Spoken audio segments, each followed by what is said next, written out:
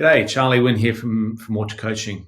Today I was going to talk about the keys to motivating and aligning your team. Now, teams and how they work within organizations is becoming more and more critical to ensuring that we have highly effective working medium-sized and small, but usually we have teams and create teams usually within medium or large-sized businesses. So when I talk about teams, I'm talking about ultimately usually leadership teams. So whether they're the executive team, maybe there's even a board team, management team, or maybe there is in a slightly large organization, department leadership teams.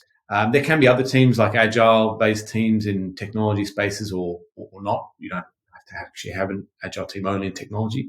They usually are, and how those teams work. So what are the keys to motivating and aligning your team? Just at this point, I'll mention I've coached sporting teams for well over a decade. And a couple of these elements are also coming from how sports teams are motivated and aligned. In fact, we'll start there. So one of the key differences between sports teams and business teams is that usually we have a very clear outcome as a sporting team. We either want to win the competition or we want to win the game, or we want to win that scrum or line out or tackle.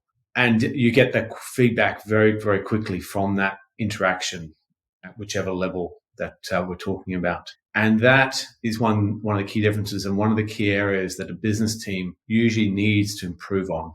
So that's the clarity of their direction. What is their purpose? Purpose in a sporting team is very clear. Purpose in a business team is often less clear. And the other key part from a sporting team is that you need to have the right people on that team. So in a rugby team, which I coach, we know we need props. We know we need the fullback, and we know that they have different skills.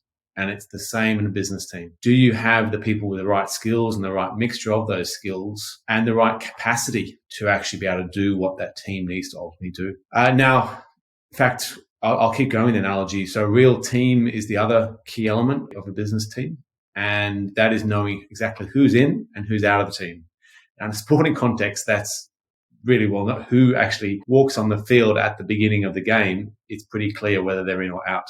But in a business team, it's not usually as clear. Sometimes someone's spending 50% of their time in this space and that space. And ensuring you've got the clarity of who is in that team and how dedicated they are is really, really important. So those three things are what we call the essential parts of a team.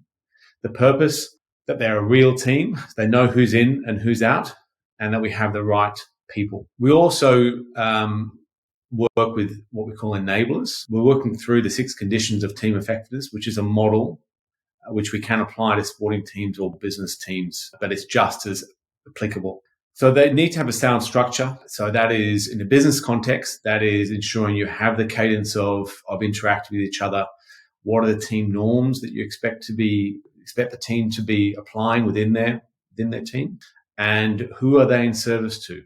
So that is a slightly wider question than just the structure, but they need to know who they're in service to. The sporting team, it's pretty clear they're in service to the competition or to the sporting groups themselves, but of course they're service to themselves as a group, which is the same with the business team. They need to understand who they're working for and ensuring, and it's in a business team, if we think about the stakeholders that they're in service to, ultimately the executive team is usually in service to the board, the shareholders. If it's a large organization, if it's a medium-sized organization, it's probably to the owners of that business, or it could be to, it definitely would be in service to the wider organization that they're leading and having the clarity in that. And maybe there's some external stakeholders. So maybe there is a partnership that they're within, or maybe there's a very key client or couple of clients that they need to be ensuring that they are providing the direction that's required. So it's being clear on that. So who they're in service to. So what we do is we focus outside in, as in who you service to, and then we focus on the inside. And it's the same with the sporting team, is trying to understand how can we work to achieve the outcomes rather than focusing purely on ourselves. We do need to focus in ourselves often, but it's understanding who we're in service to first. So sound structure, the cadence, how we work, what's expected of us, a supporting context. So as an executive team, Is that support coming from the board members? Is it coming from the owners of the business? Is it coming from the spaces that they need the support from? The management team, the support is often going to come from the executive team as well. So supporting context, and then, and definitely not least, is coaching. So how that coaching occurs to a team is also pretty important. So it doesn't have to be an external coach. In a sporting team context, there is almost always a coach. Sometimes there's that captain coach. We know that doesn't really work very well. In a business team, you can have your captain coach as well, which is often the chairperson of that team or the leader of that team. And that's fine. That can work if that person's really effective in that role. Sometimes external coaching can have a significantly positive impact, and something that you should or could consider to be able to do that review of those key essential elements of purpose, real team, right people, as well as ensuring there's a sound structure and that there's a supportive context that's going on. So that's a slightly long-winded overview to how to align and motivate your team.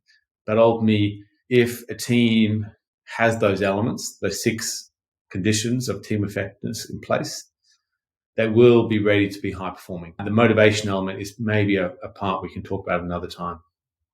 Thank you, Charlie from Orchard Coaching.